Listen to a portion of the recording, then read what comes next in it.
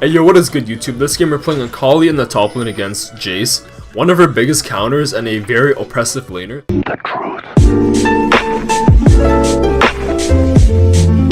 truth. So the main reason that JAYCE is so strong against AKALI is because her pre-6 is very strong, or his pre-6 is very strong, and AKALI's pre-6 is quite weak, just because he has the ability to poke you down in lane and also fight you in melee range. But there are ways to play that matchup, and the main factor that we're going to be focusing on is just using your W to be able to out-trade him.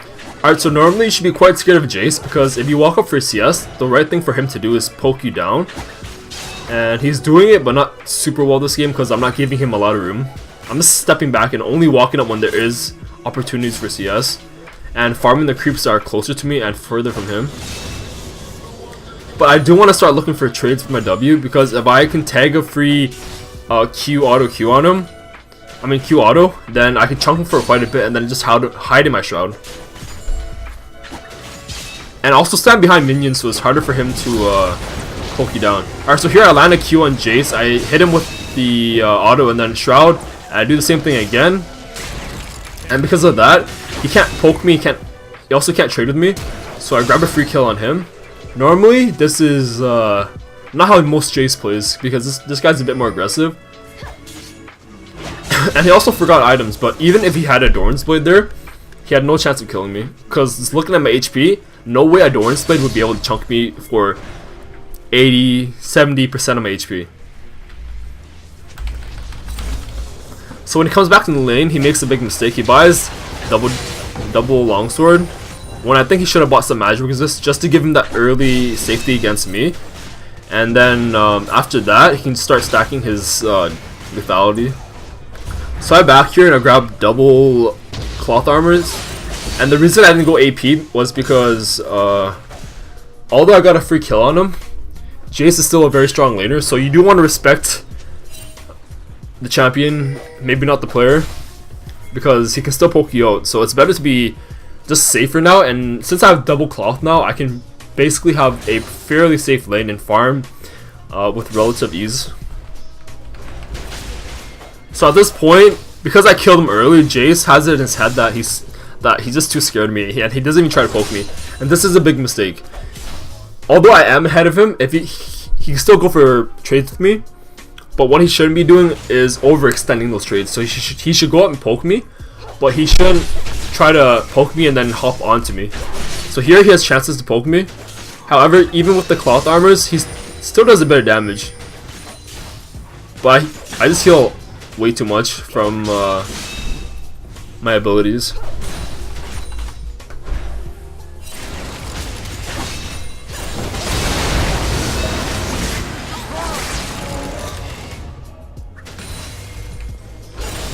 Here I make kind of a big mistake because I get baited that the JAYCE is level 5, and I probably could have killed him if it wasn't for the enemy team incoming.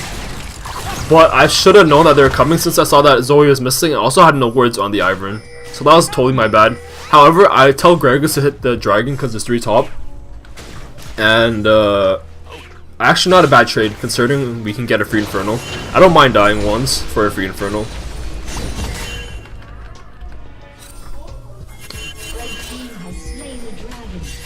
So when I get back, I buy me a arm guard. So when I get back to Lena, I buy a Seekers.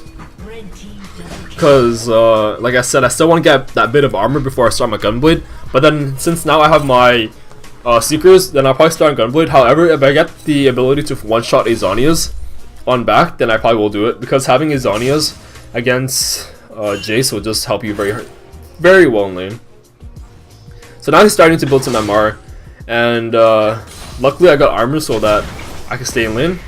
So whenever JAYCE misses EQ, you might want to engage on him, but since I saw that there is a lot of CS and I just want to farm it out before I poke and trade with him, I decided not to hop on him. So later in the game we see that there's a low fight in the mid lane, and so I go mid and I pick up some free kills. And I also see that JAYCE decides not to roam, so I fully commit and manage to pick me off a kill or two, which is good. And after that, I go back to lane. I have a double buff, so I can easily stay in lane against Jace. However, I do lose my tower, so I just decided to push in a few waves and hopefully trade back turrets. Alright, so here we're having a little fight with the enemy because they're pushing down our base or turrets. However, 2 of our teammates are in base, but we still decide to go for this fight just because Zoe's very squishy. It's a really risky fight to take because we're outnumbered, and also our Draven just dies instantly because he has no peel. Here I shouldn't have went back in because Jace has a maul. However, I didn't notice that and I die for it. So in this game, since our team is fairly stacked on AP, we have AP top, AP jungle, and AP mid, we have to rely on Draven to do damage, and if he dies, then we will most likely lose fights. And that's what happened there. Alright, so after losing that fight, I waste no time. I go top and just try to farm it out because I'm getting pretty behind with these skirmishes, and I just want to farm out.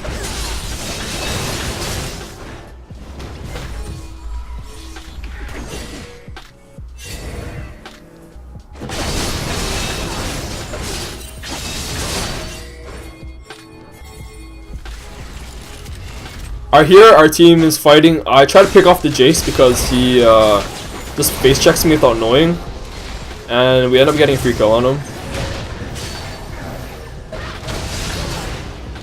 I think here. Yeah. Azani is just to be safe.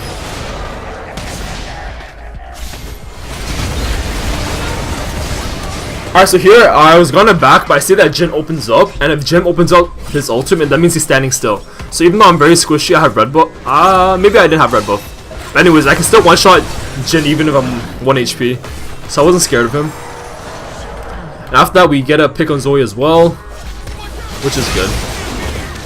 And here Ivern stays, so we kill him too. And with that, it's a free 3 kills. A lot of people would have backed after getting that Jace kill, but I saw that there was an opportunity, so I stayed.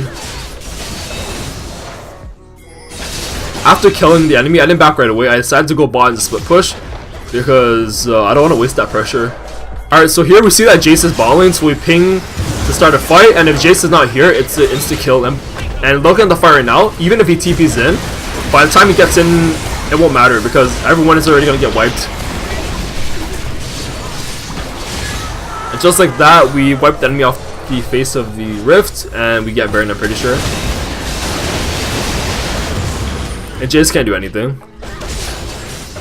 Alright, so at this point, nah, it's not here. I guess. So here we decide to team fight because we have Baron, and if the enemy team takes a fight against us, they're gonna lose. So insta kill Zoe here. That's the reason Zhonya's. I'm not sure why. It was bad Zhonya's. There's no reason to Zhonya's. And I just hopped the carries and we slowly kill them all. So another thing is that Jace, since Jace bought so much magic resist, his damage is fairly low. So instead of completing the maul, he should have got the Hex Drinker and then started on his AD, because without damage, he's just useless. Like, sure, he can tank a bit of damage, but Jace isn't meant to be a tank. He's meant to do damage, and if he's not doing damage, then he's useless. On top of that, the magic resist doesn't really help with Draven, and now Draven's starting to stack up damage. He's just gonna get melted. For some reason here, Blitz thinks he can hold tower. Instead, he just insta dies.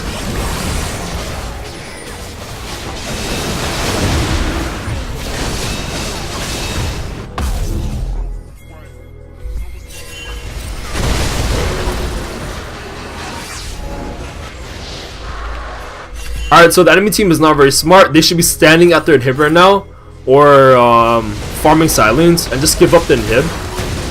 But instead they decided to pick a fight with us, and yeah, they cannot be taking fights right now, and we just wiped them all. I'm pretty sure this is how the game ends. Yeah, just like that, GG. Even without Fiddlesticks, we win a 4v5.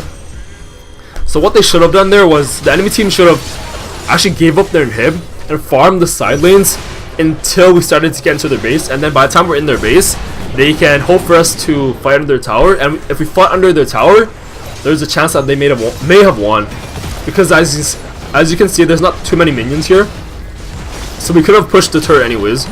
So they could have easily had a chance of winning this game, but they gave it up. And since everyone's stacking magic resist, yeah, as you can see, Jace, Ivor, and Blitz are all stacking magic resist. Our Draven has free roam on killing all of them. And just like that, we win the game. So that's how you play against Jace. Thanks for watching.